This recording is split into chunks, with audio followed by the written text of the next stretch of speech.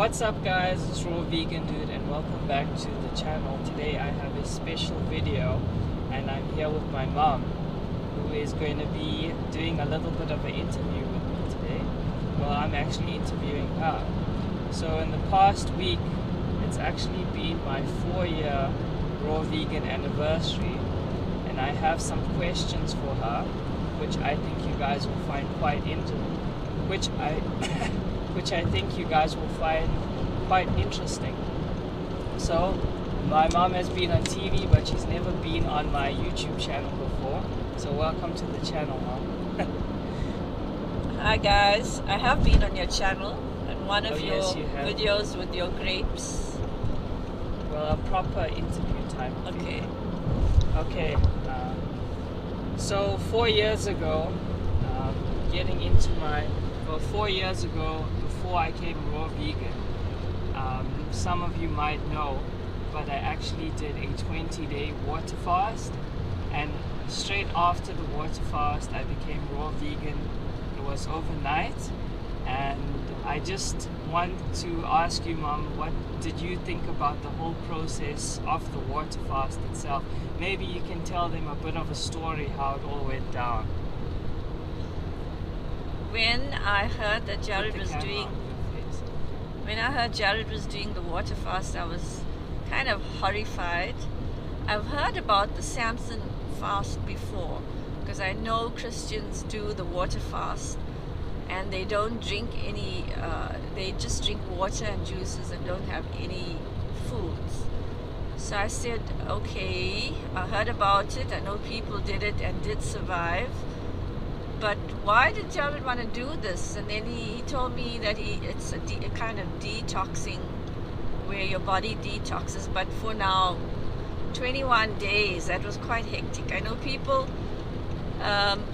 people need to drink water to survive, but I didn't know for how long can he survive without food.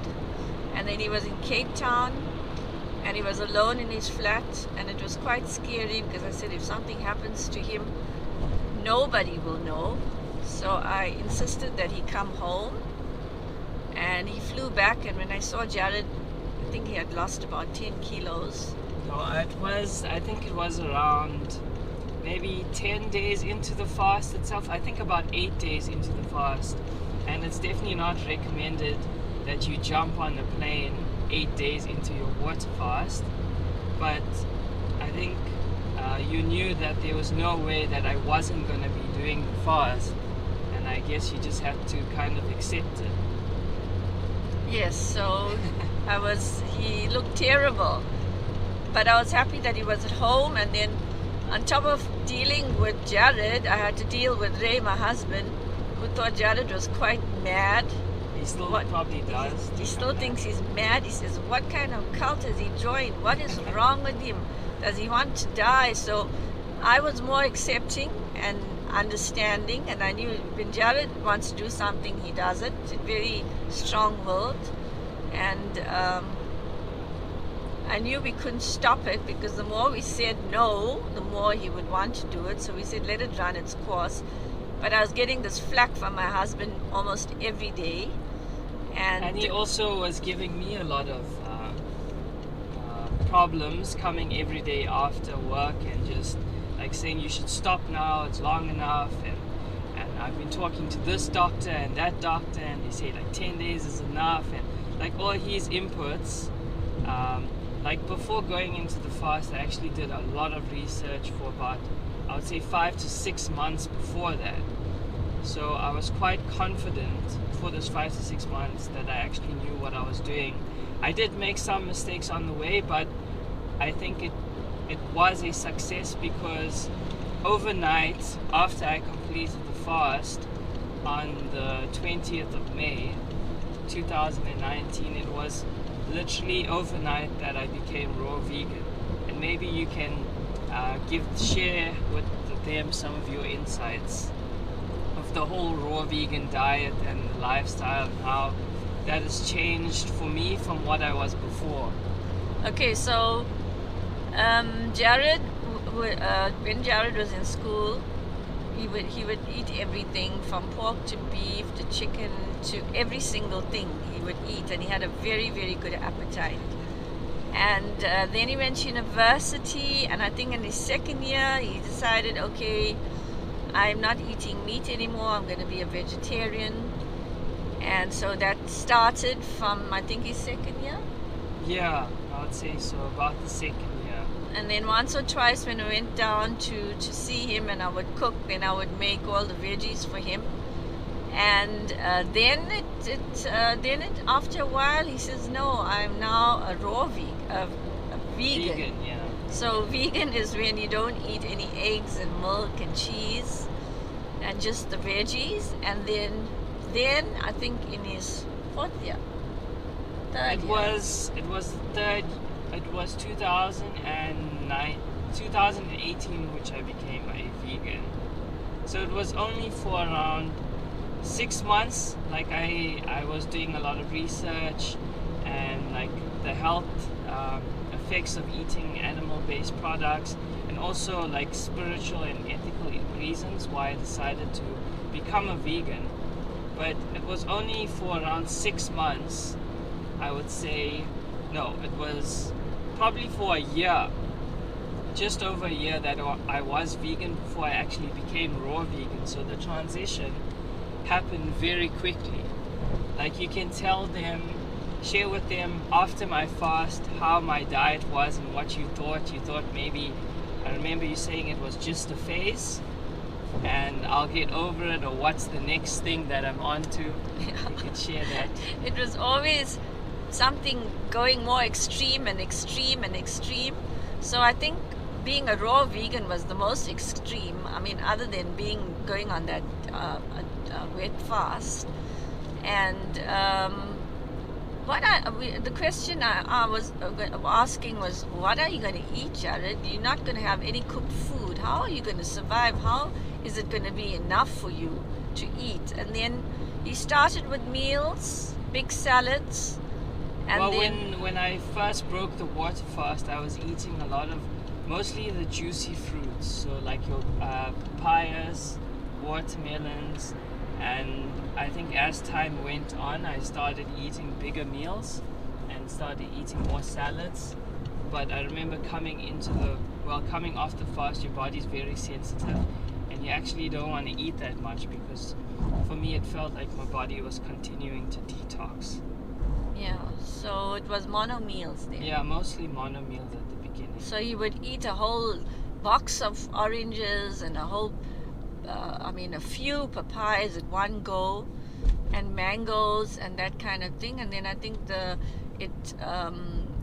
his meals changed from the salads where he would put lots of lettuce and cucumber. And I think the only fatty food that he was eating was the avocados. Yeah, lots of, later on after the fast, lots of avocados, not that many nuts and seeds. I found eating like more than a handful upsets me because it's just too dense. But maybe you could share with them, like, when it finally settled in that I'm a raw vegan and like fruit and salad is the only thing that I would be eating from now on. Yeah, and then it settled with us, and we've got this family doctor. And when Jared came back from India, he was quite sick. I think being with a bus of 30 other youth or 40 other youth, they passed the flu around, and so I was worried maybe it would be malaria. So we took him to the doctor, and the tests came back negative. He was fine. And the doctor inquired about his diet, and when he spoke to the doctor, I think he was one of the very few doctors that said, wow, Yeah. I wish I could do that, Jared. And when we went the second time, he says, Jared's in top form. Apparently when the white of your eyes are quite white, it means you're quite healthy. And then also the dentist, when he went for the checkup at the dentist says that he's got one of the best teeth he's ever seen. And Jared doesn't use toothpaste. He uses all these natural products. Exactly. So then I think my husband's attitude changed a bit, and I saw Jared is healthy. he's playing soccer and he's doing what everybody does. He's got that energy that's needed, and he's quite happy with his diet. So who are we to now tell him that he's doing the wrong thing? I mean, what can be more healthier than eating fruit and vegetables and just food from the earth? So we haven't said anything to him. He's now made it his occupation. Being a raw vegan, it's quite expensive to buy fruit and veggies and just eat on that. So from home, he started this forest. So you can share with them the backyard, what it was before and what it has been transformed to. Okay, so when Jared came home, we had a pool and lovely palm trees and a rock feature and water feature and that kind of thing. But nobody used the pool except our little Roxy, who used to do laps up and down. And then he said, what is the use of a pool? It's just costing you money, getting the pool service to come in every second week to clean it. So we decided, okay, we're going to take the pool out, and he started planting fruit trees. Now we have banana trees that are 4 meters high, at least 20, I think. More than that. We have lychees, we have mangoes, we have avocados, and all grafted trees so that they won't take 5 to 10 years to bear. I think in their second and third year they were bearing fruit. So my backyard is an absolute mess. It looks like a forest because there's sugar cane, there's grapes, there's passion fruit, all growing along the fence. And the rest of the garden is about over 20 trees now. Yeah, there is a lot of so trees. I like to go in sometimes to see it, but it's full of mulch, and don't clear the weeds, because if you clear the weeds, it's going to just bring on more weeds. So it's full of compost because we don't throw it away, we keep it. And out of that compost, there's more trees growing. So it's actually quite untamed. Yeah, it's become its own ecosystem, essentially. And you see lots of creatures there that we've never seen before, like tree frogs and lots of different birds. And so it's created a whole new ecosystem, which is very interesting. Yeah, before I came back, what would you say, like, if it was not for my lifestyle change, if it was not for water fasting and becoming raw vegan, I wouldn't be back at home? Because maybe you could share with them like my lifestyle before and afterwards, and how that person before is different to the person now. Okay, so I think Jared after he finished university, he wanted to see the world, and he wanted to go overseas and maybe work there and travel. And then COVID happened, and that set him back. So he had a job in Jakarta, which fell through because of COVID, and we were not so keen to send him. So then he started this. He started planting these trees and fruit trees and elevated boxes of lettuce and cucumbers and tomatoes. And I'm also keen farmer, I would say, or gardener. So I was all 100% behind him growing the fruit, because I know it's all organic. And then his whole I just fell in complete love with growing, and I developed such a passion. I remember that's always been there. Like, I remember ever since I was a kid, when you would have those projects where you start a bean and cotton wool and you watch it grow, and that just reignited everything for me.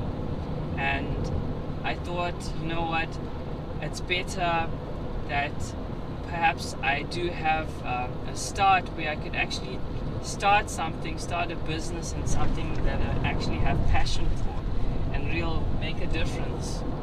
And yeah, you can share your thoughts on that. Yeah, so instead of just hanging around and waiting for something to happen, Jared started this the garden and started buying trees and growing it, and started germinating his own seeds, like from the mangoes and the grafting as well. avocados.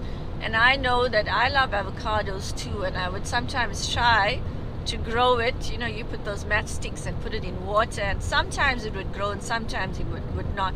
But Jared seemed to have got some green fingers, because every seed that he grew germinated into a tree. So as these seeds germinated into trees, my whole front area of my home started filling up with. It became a nursery. It became a nursery. It's not like one or two, but like 10, 20, Hundreds. 30, hundreds. And then Yeah. his favorite food is jackfruit. And it's very hard to get jackfruit trees. So that he also, and I think we've got over 40 or 50 trees now.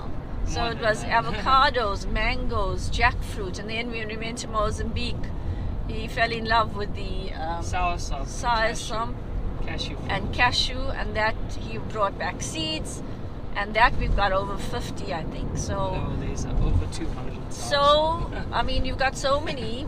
What do you do with it? So he decided, okay, he's going to start selling it. And even passion fruit he started growing, and then people would come, even farmers would come and buy 50 at a time. Yeah.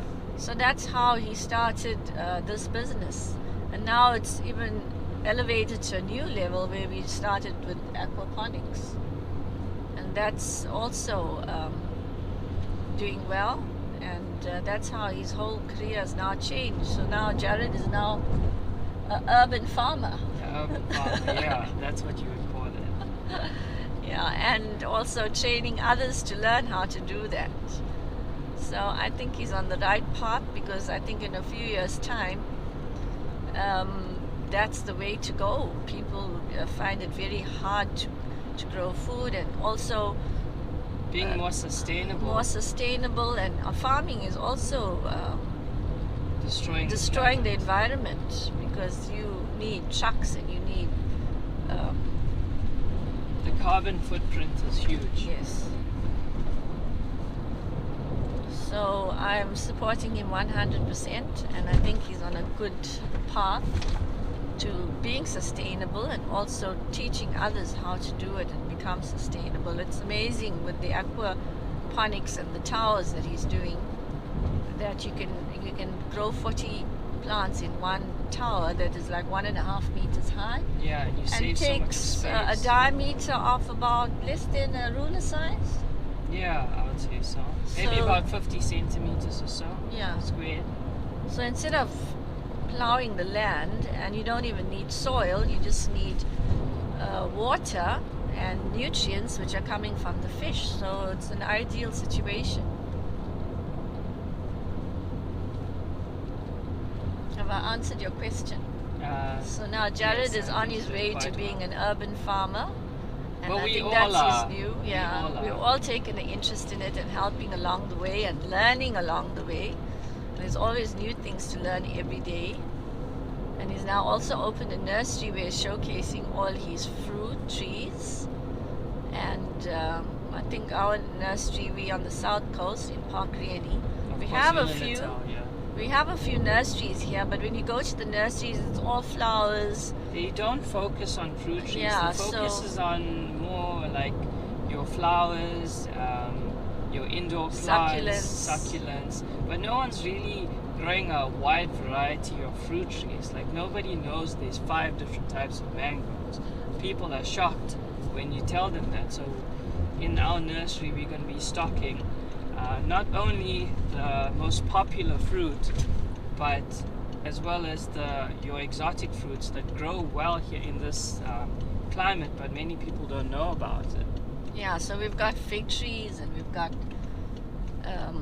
lemons, and we've got a We've got- marula. Yeah, and we've got dragon fruit, we've got star fruit, and like you mentioned, we've got a lot of the indigenous trees as well, Kai apple and marula fruit, And the questions a lot of people ask is, do they grow in our climate?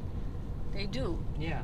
They do grow. Like like what we are selling, everything does really well in this climate, but people don't know that. Like, most people don't know you could actually grow grapes and figs and apples where we stay.